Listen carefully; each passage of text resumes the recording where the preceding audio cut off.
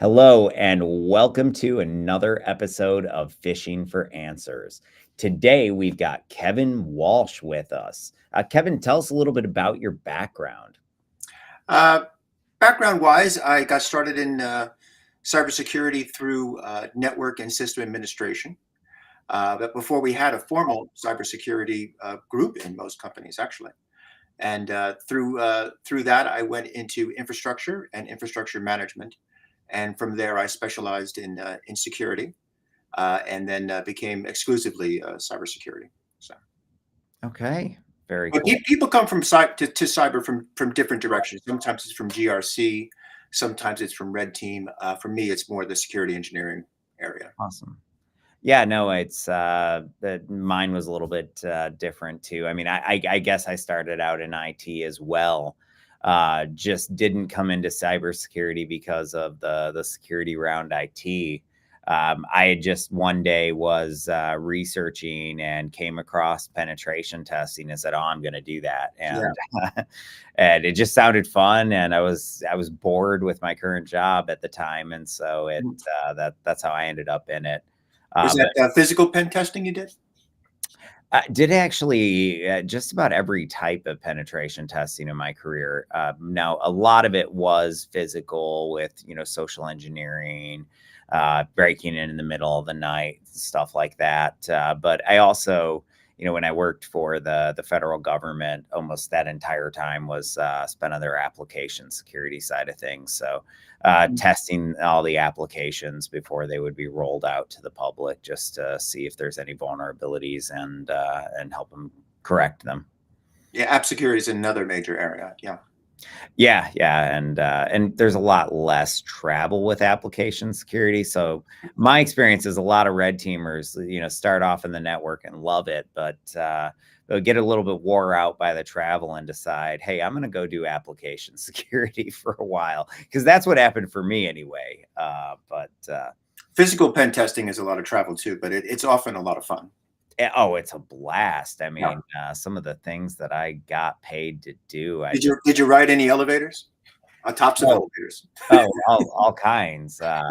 But I think one of my favorite stories was an NBA game where we watched the game from the operations center, hanging out, high-fiving the general manager of the team. No one's asking us why we're there, because we had pretexted our way in ahead of the game and just Mhm. said that we were backup support for the jumbotron.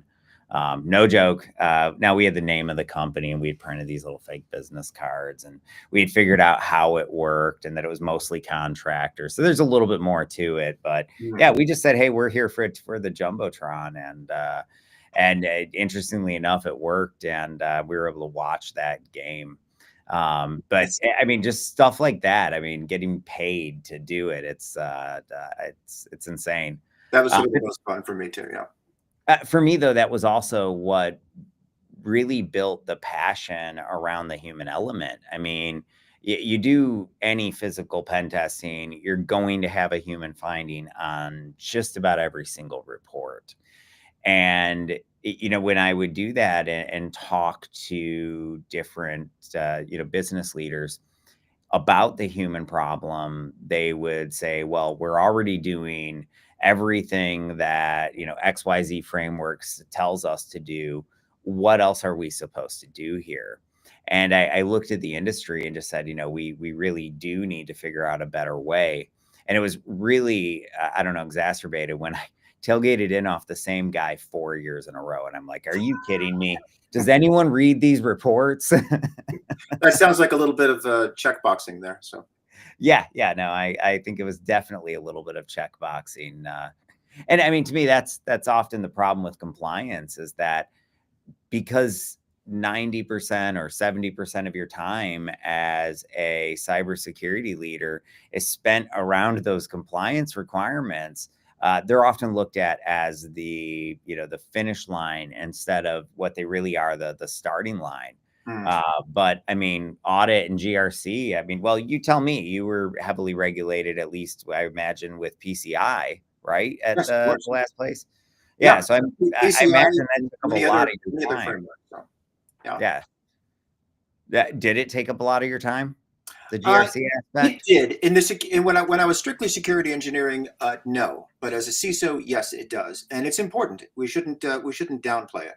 But PCI and a number of the and SOC 2, they're really subsets of best practices, things we know to do already. So Agreed. if you're implementing best practices, then you should just be after that checking off boxes and doing the paperwork properly. If you're implementing things because of one of these compliance tasks, then you're definitely behind, Uh, because they're behind best Great way of practices putting already. it. They're at least 3 and 4 years behind what we know we should be doing already. So Oh, yeah, the frameworks and the compliance standards, they don't keep up. I think the best example is I don't think any of the training requirements address AI yet.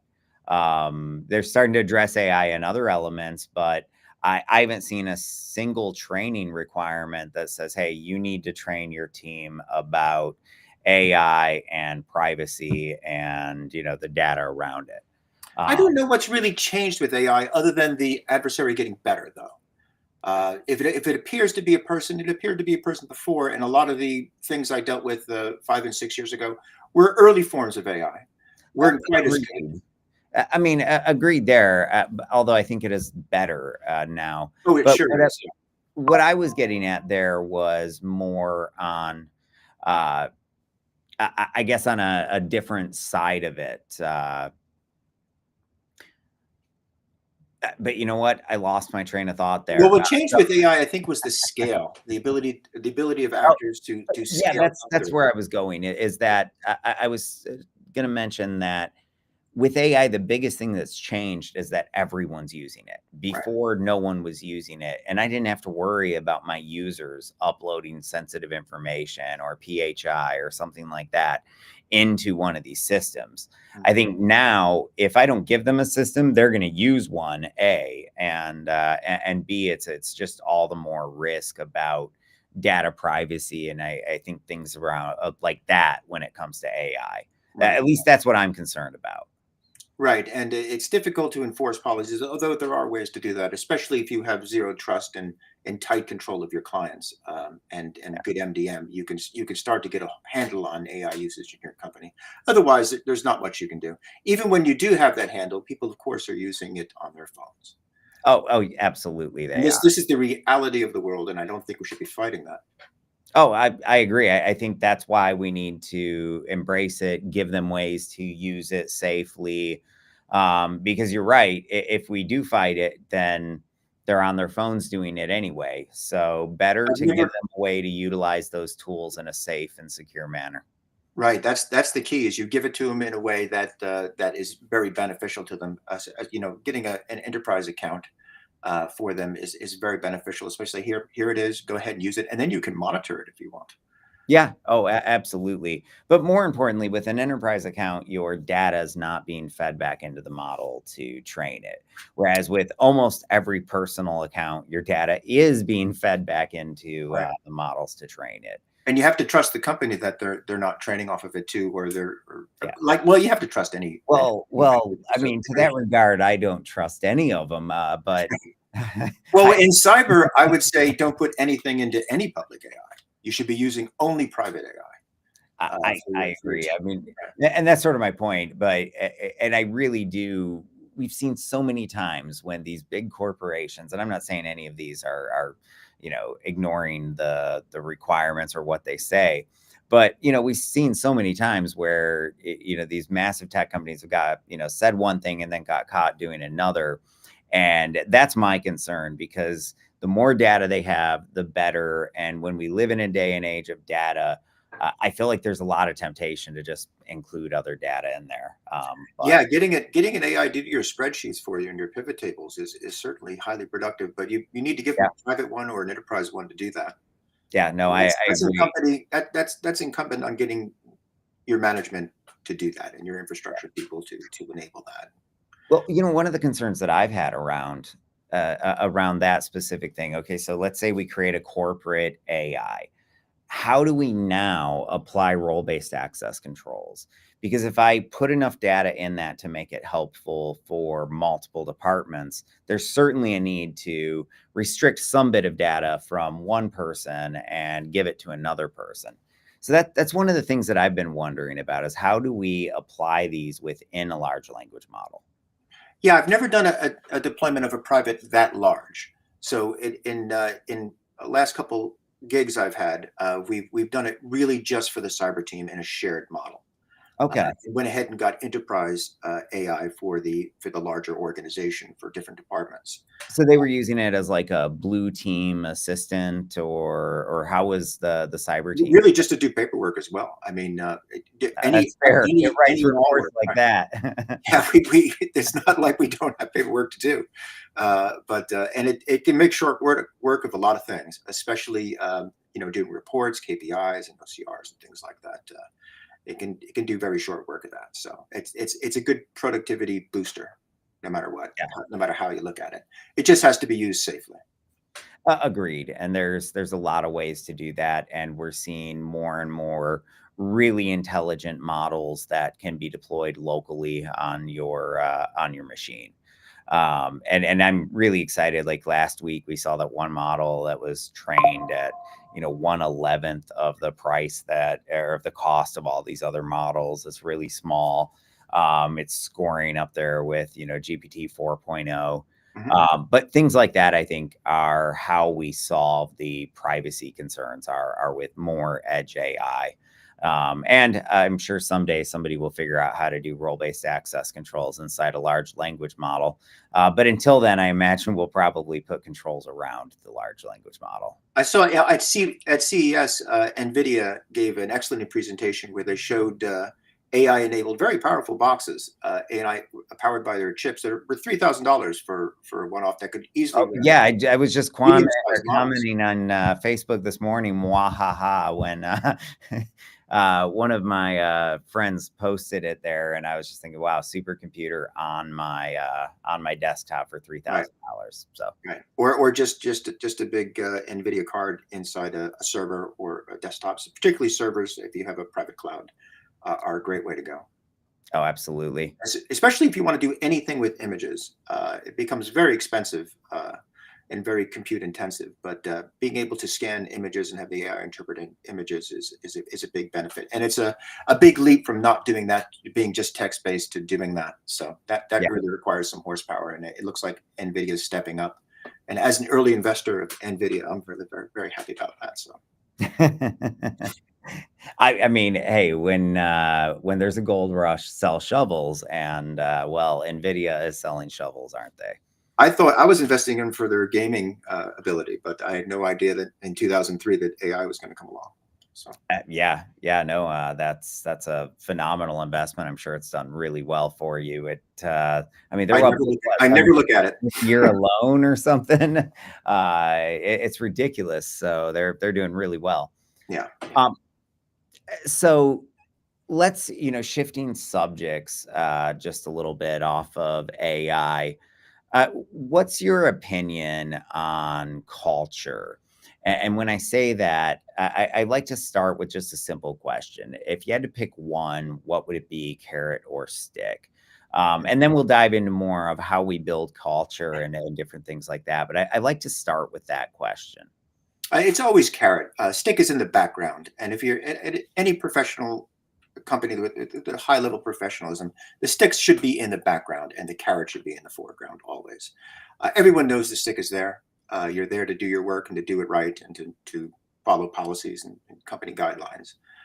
So you shouldn't have to question whether the stick is there. But the carrot's really what's going to move things forward. So I'm definite for carrot for that. So.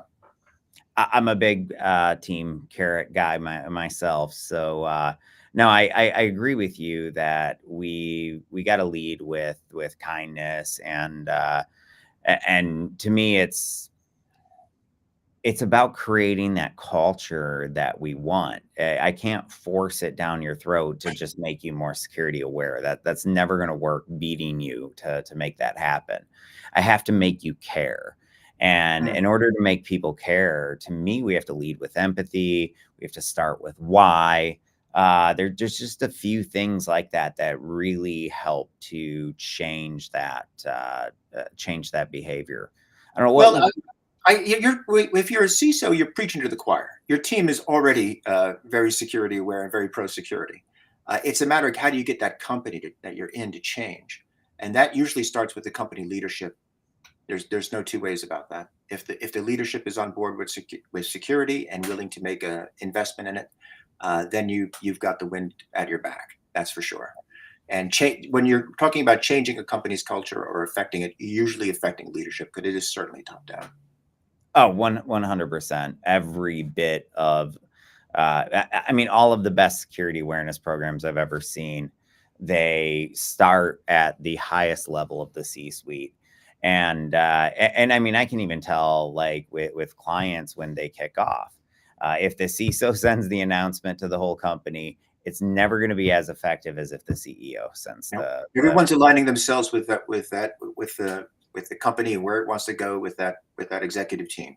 And that yeah. executive team, if they're talking about that, if they're doing it themselves as an example, which is excellent, and it's certainly not being a counterexample, that's for sure. Yeah. Then you've got you can start implementing your programs, start doing good work. I agree, and that is to me where culture typically does go wrong. But outside of getting the C-suite buy-in, what are some tips that you might have on building a positive security awareness culture? Definitely not be punitive. So I, sometimes I've entered into a company where there was punishments for people when they failed phishing tests and things like that. We should never be punitive in that way. That's why I'm really more pro carrot. We're going to have more and more people. We don't want people to have a security issue and then not report it. We want them to report it with alacrity. So we want to be clear that anyone can be fooled, especially in the age of AI now. It's much easier to communicate that. And see something, say something should always be one of the guidelines of the security group, and there should be no penalty for talking about security issues. It should be confidential, always, of course, but we should encourage people to speak up and to not be afraid to do so. So having a culture of maybe even reward for that would definitely helps out and helps get people on board. Going back to getting the C-suite on board, though, is what I've noticed lately is that if your company has partnerships, and every company does, sometimes as subcontractors, sometimes as peer partners, people are finding that supply chain is a major vulnerability now. It's not just how tight your company is; it's how Yeah. tight your partners are, how tight your suppliers are, the people you're actually doing business with. So more and more now, we're finding that partners and contractors are getting pushed or pushing companies into getting their security in line. In other words, we don't want to do secure email with you unless you've already got your email set up to a certain standard. Uh, Yes. and like I thought that's what we were going to mostly talk about, phishing on the podcast, but wherever you want to go. But in setting up email, in many cases, you want to divide the trusted sources from the non-trusted sources, and those trusted sources have to meet certain standards. And sometimes you get pushed. In my earlier part in the career, some major contractors like Disney and Google were pushing some of the smaller firms I was working with into getting their security in line so that they could be a contractor and win contracts with them. So that easily gets the ownership on board and Yeah. getting security together, and not just in a checkmark fashion. Oh, yeah, I mean, I can't tell you. I mean, I've got, stricter requirements from my clients than I ever do because of compliance requirements, and it's funny when I look at the requirements that some of my clients have, they're stricter, and they ask questions that often these frameworks don't ask. So, no, I definitely think that that's an area that'll will help people a lot. And yes, I do love to talk about phishing. And so along those lines, um, what sort of what's your approach rather to phishing within the enterprise? Phishing prevention. Well, I think it starts with getting your email and messaging set up. And let's face it, it's not just email anymore. It's where various forms of messaging and doing things like in some cases we should be leading the Googles and Yahoos of the world, but they're a DMARC equals reject now, and everybody frankly should be. And I think it's still a minority of companies, Fortune 1000 companies, that are DMARC equals reject, and I think that's sort of a minimum now.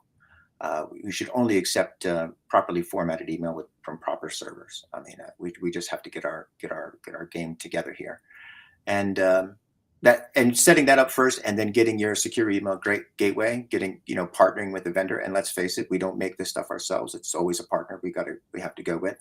The Mimecast, the Proofpoints, the Semantics, the Cisco's of the world, and working with that and implementing that properly, and then training, of course.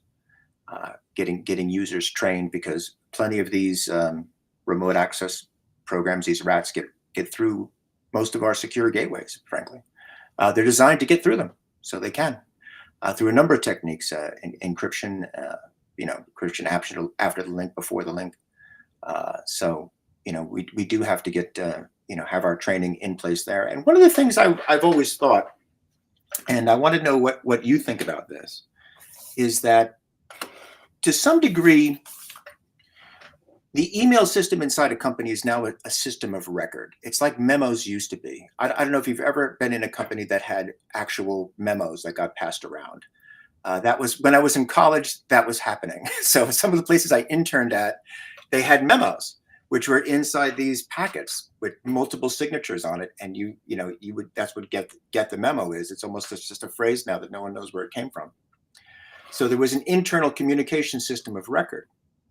And when email came along, nobody thought about it, nobody designed it or planned it, but the internal system of record became coupled to a completely open outside system as well. Yeah. Which is where the real heart of the issue is. So our internal record system, as we talk to one another inside a company, is attached to basically like the same thing as the junk mail system, as the postal system, where anybody can send anybody anything. And I don't think if we were to set it up and deliberately, we would ever design it that way.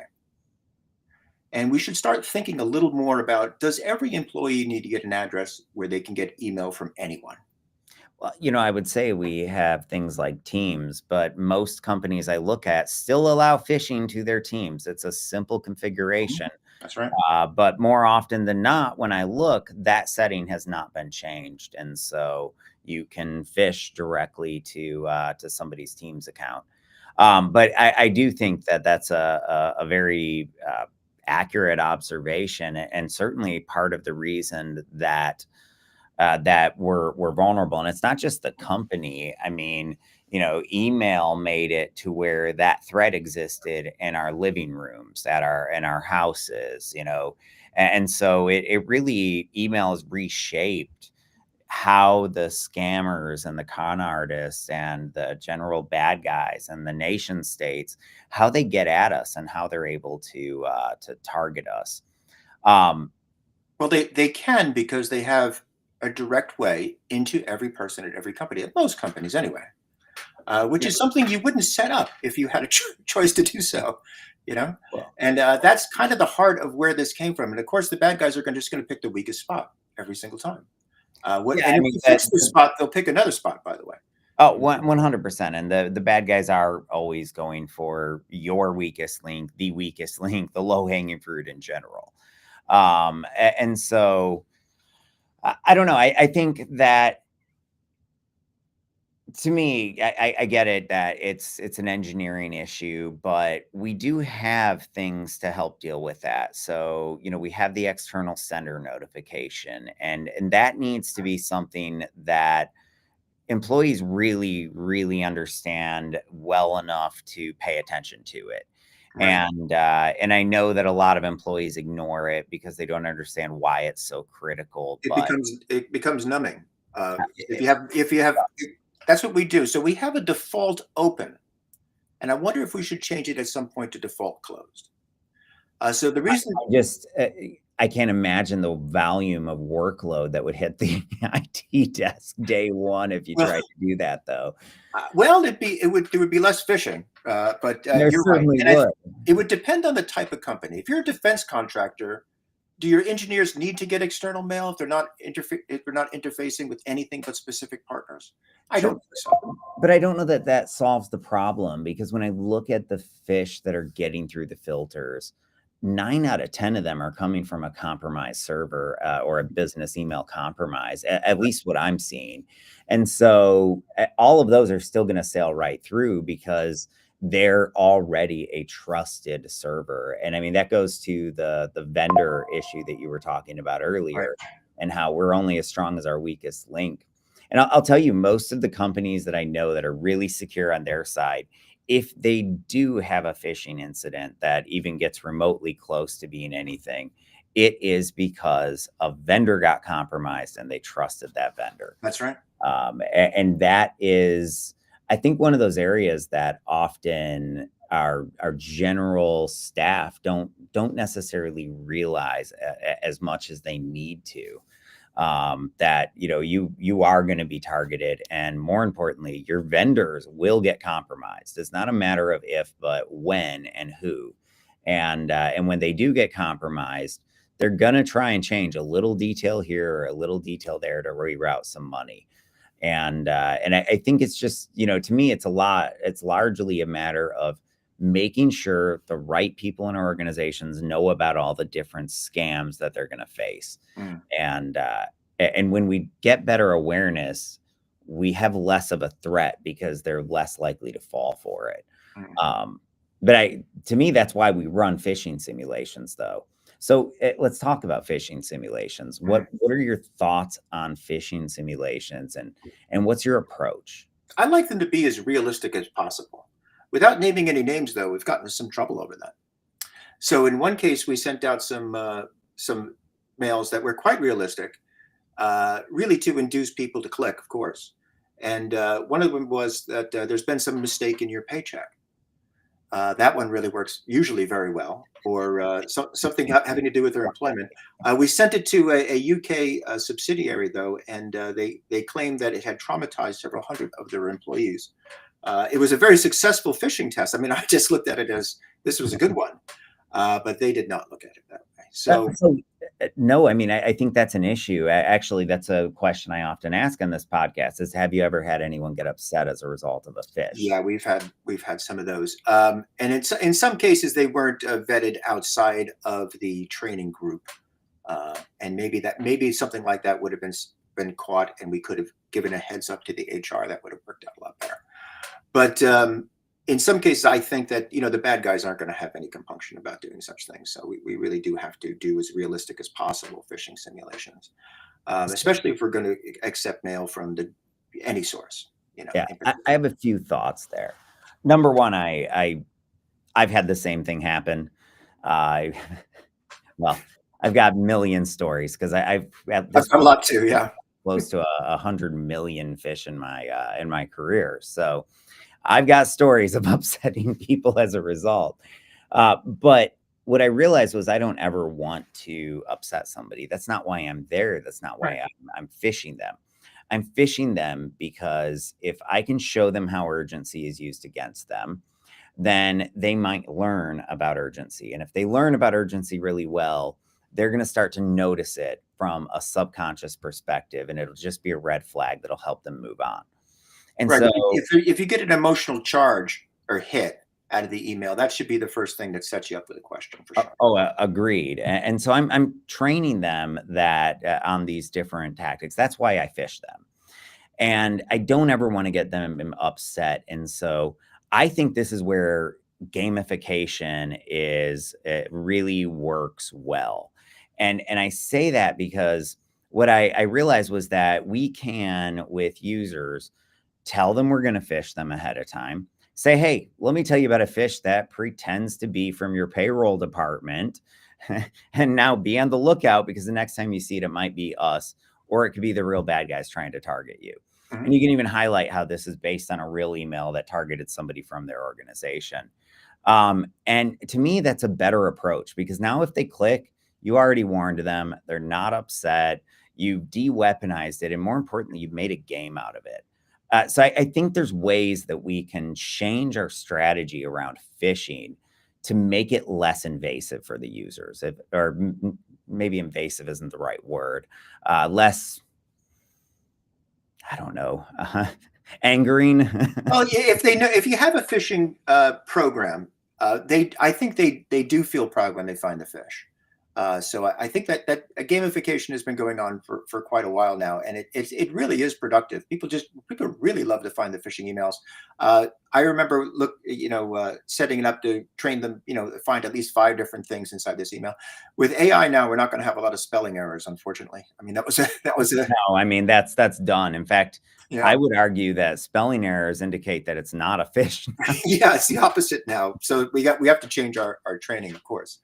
But yeah, gamification, I would agree that makes it fun, it makes it interesting, and it And it makes them gives feel us an like a participant. opportunity to praise the user when they do something right. Yeah, it's participatory. So Yeah. you're part of it, and people want it. You should make security something that somebody's happy to be a part of, that Yes. they're being members of the team. And I think this is the most rewarding thing for any employee, is to always feel like they're contributing or being part of or a member of a team. And just make sure they're all a member of your team. They're not fighting your team. They're definitely Yeah. members. No, I think we need to be the department of yes, but, right? Can we do this? Yes, Yeah, but yeah, let's put some guardrails around it and make it a little bit more secure. right. The versus the department of no. And I've seen, it's so easy to become the department of no, where Yeah. it's, we can't do that, we can't do that, and that doesn't make us many friends when we're the department of no. And if we're going to find all of those vulnerabilities that just exist within the human layer alone, that requires conversations, Mm. because your audit isn't going to find out about that insecure practice that your accounts payable team has, or whatever it might be. And so I think there's a social aspect of just cybersecurity leadership in general, to even be able to fully understand all of your vulnerabilities. Yeah. Mm. Yeah. Oh, and another critical thing about is to have all of your backup security set up there too, because eventually people are going to fail. So you're going to have your EDR. You're going to have your multi-factor set up, because usually they're looking for credentials. When it comes right down to it. So having, especially physical multi-factor coming through the email is getting to be a little weak. We should probably be using more and more biometric and physical devices, and perhaps passkeys. And people are looking for more and more solutions. But any, I'd like to see more people accept and support passkeys myself. yeah, Uh, this recent issue with Power School, which has affected me personally. I got 2 kids in elementary school. I'm not Uh, familiar with it. Tell me about Oh, it. there's been Power School is a system used. I think it's used all the way up. It's K through 12 in the U.S. That has the grades and lets the parents see the grades, teacher comments, Yeah.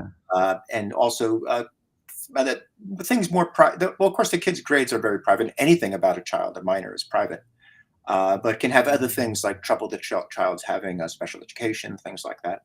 They had a major breach. Had a major breach last week, and we all got notifications. And it seems as though they compromised a customer service rep. And I don't see how it's. And of course, is typical. We don't know a whole lot about it because they haven't said a lot. They just reported it as they're required to do. But it looks like phishing and some credentials of a customer service rep uh, that went in to service the system when it was having issues. So Okay. this is a person with privileged access, and most of the things I set up, you're not able to do that because you don't have any multi-factor should prevent some of this. Privileged access management should prevent a lot of this, but somehow they made it through those other layers. So Yeah, I will say one of the ways that I see them getting around multi-factor more often than anything else is through consent phishing, yeah. and to me that's one of the worst attacks lately, because more often than not, when somebody's like, "Well, how'd they get in?" That's where it is, because somebody just said authorize application, because they're so used to clicking through those Google and those Microsoft authentication screens. Mm. We'll find out eventually, I think, probably a little more about the Power School hack. But Be interesting. Yeah. yeah, yeah. But having that multiple layers of defense behind there is always going to be critical. There's that front And line. to that, I think those defenses should even take into account who your, your chronic clickers are, or whatever we want to call them. Mm, And that's where I think if we're running the program right, we're going to isolate those users that click on everything. they're going to be in sales. In a more secure network, they're going to have less access in your PAM solution. All these things to make sure that even if they do click, it doesn't matter. Right. And people working in cyber and infrastructure with privileged access need to, be much, much tighter than the other group. Oh, yeah. We should definitely Don't want to see one of my own team members showing up in the phishing reports, for sure. Right. And there shouldn't be a lot of, external email going back and forth. A lot of these teams are mostly internal, although, of course, you do have to work with vendors. Like I said, we're partnering with vendors for security all the time. But nevertheless, those should be the tightest control. And your salespeople aren't going to have as many controls. They're out there. They're in some cases they're the front line of a company. They're frontline soldiers of a company. But they're going to have less access too. They're going to have no access. They need access to your Salesforce and maybe a few marketing tools. That's right. So they don't need nearly the level of access as other people. So if they get compromised, what's your competitor going to get? Some marketing materials? Oh, well. Well, that's true, but you have to be careful that they don't have access to sales data. They need to protect that in particular. Oh, yeah. The customer lists and things like that are costing. Right. What I found interesting when I was in application security, I guess rather when I later founded a SaaS company, because when I was in application security, I hadn't really thought about it. And so we would do all of these different tests against these SaaS companies. And more often than not, their SSO would give away their entire client list. And so when you would type in an email address, it'd basically give you 3 or 4 different responses. One response would say, hey, this email address exists in our system. Another one would say, this domain exists in our system, but the email address doesn't exist in our system. And another one would say, this domain exists and their SSO is set up, and give you a redirect URL. And so you could go into almost any one of these, and it's starting to get better now. But you could go into most SaaS companies and you could enumerate their users.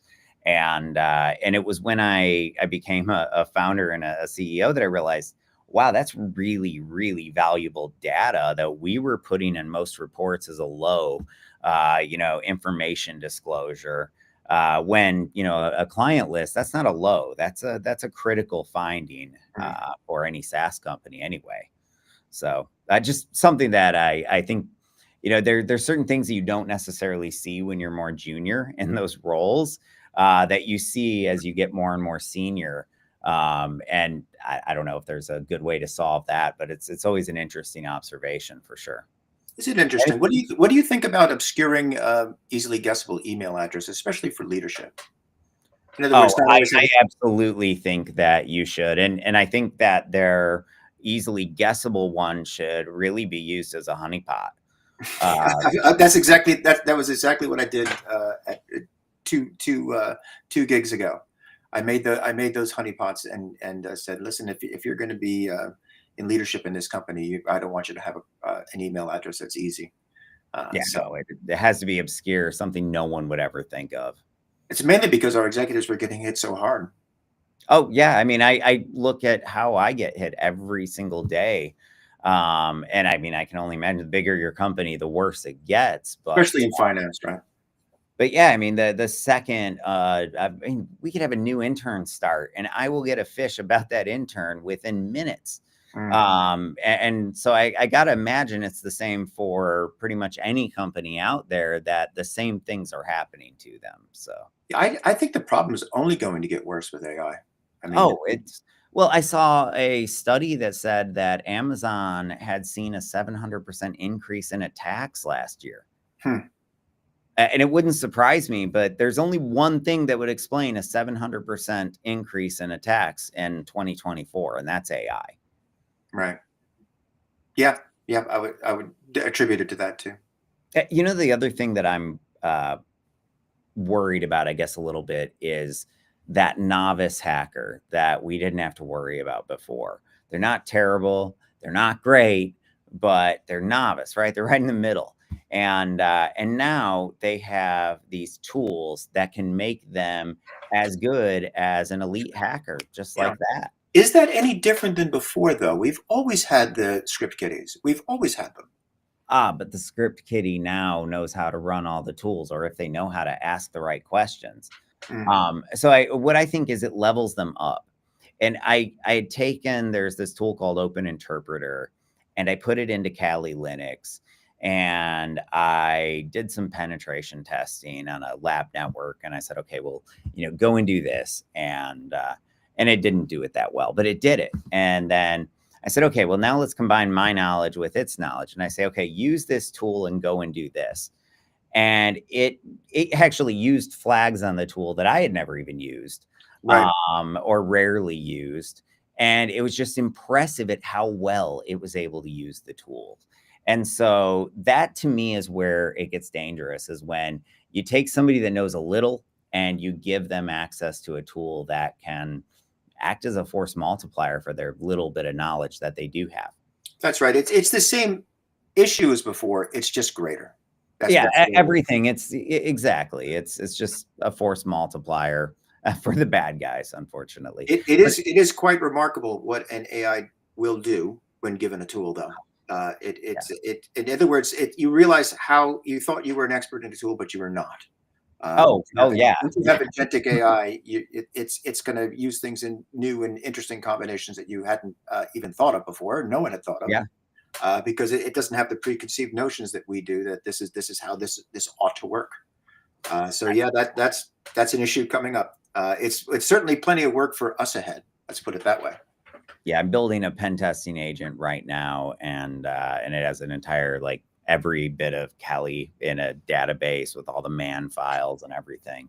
And it's interesting, like you said, it's interesting the way it uses tools, because you're 100% right. Unless it's almost exactly what a popular tutorial says, it's going to use it in an obscure way. So Right. it's yeah. Well, we are running low on time here, and before we wrap up, I want to ask you if you have any tips when it comes to building out security awareness programs, just top best practices that you would recommend for somebody. Well, number one, of course, is getting your leadership on board with it. As soon as, especially, and communicated through your HR or whatever your communications channels are inside your company. As soon as everyone knows that this is a major push by the company and what they want to do, they're definitely on board with it. And like we were talking about with carrot and stick, it should be pretty much all carrot. This is something we want you to pay attention to. This is something that's fun. This is something that's interactive. And it's also going to not only benefit you. One nice thing to do, and a lot of training companies offer this, is to let them not only use it themselves, but let their family members have some benefit to it. In other words, share some of the training videos with members of their family, and this really does reward the employee, and they seem like then they become the expert in their world Yeah. through your company by enabling them. So it just encourages them to be better at it, in some ways. In that I work for a high tech company or a company that is interested in security, and now I'm going to get brother and sister and uncle and aunt involved in this also, because I know that they're having issues also. So that this is a great way to encourage people also. So I and agree. also we should be covering all aspects, not just email and messaging security, but also physical security and security over the phone, and just different ways that we all know you can do social engineering with, and have people simply aware of it. And this is another thing they can communicate to their friends and relatives. And it's a multiplying effect when you do training properly and in a way that people are enthusiastic about it. I saw a study that said that when you make training contextual to somebody's role within the organization, that it makes it 15 times more effective. So when you say it's a multiplying effect, I would imagine the number is 15x. because while it's not making it contextual to their role in their organization, it's making it contextual to their life, and it's connecting the dots to the threat that exists at home. So it's not just them protecting, the corporate overlords; it's them protecting themselves. And I think that really does sort of bring it home. So that's really great advice that you give. Well, thank you for joining us today. Any final words? No, just thank you very much for having me. It was great talking, and great Yeah. really learning about you and what you do, and your thoughts as well. Yeah, thank you so much for being here. It's been an absolute pleasure. For those of us joining us remotely, we will see you again tomorrow. Thank you. Thank you.